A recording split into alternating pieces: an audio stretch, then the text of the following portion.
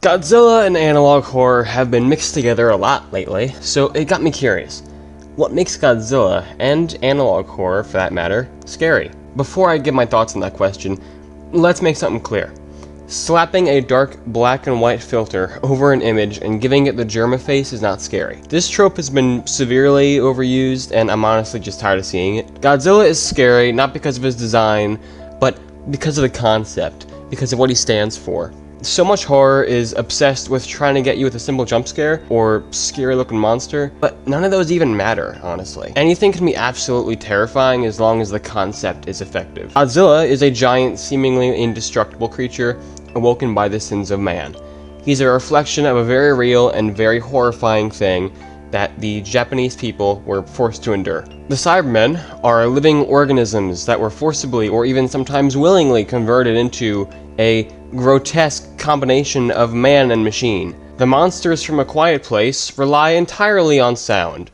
You can't even scream or cry because if you do, they'll find you. My point is that you could have the scariest monster design ever known to man, but if the concept is stupid, it'll mean nothing.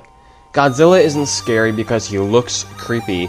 He's scary because he's a reflection of something that we are all too familiar with and actively fear.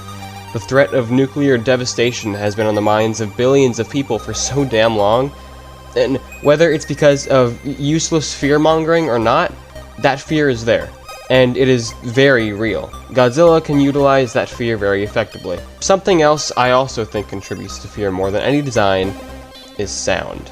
Sound design is incredibly important. If your monster sounds like a reverb fart, I don't think it's going to work out so well. For example, let's take another look at the Cybermen.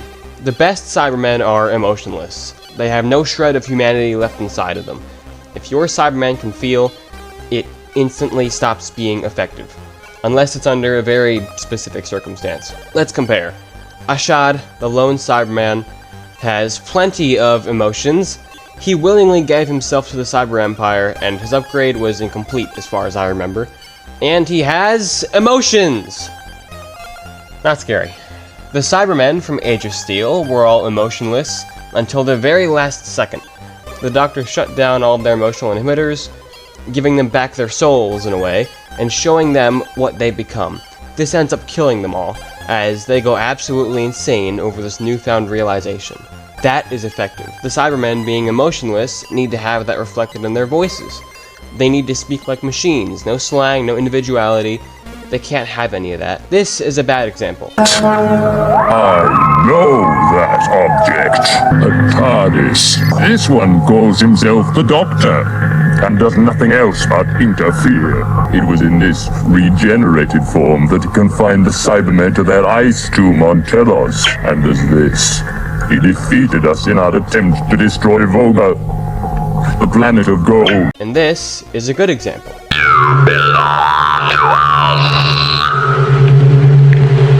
You shall be like us. See the difference? Another example of sound design is music.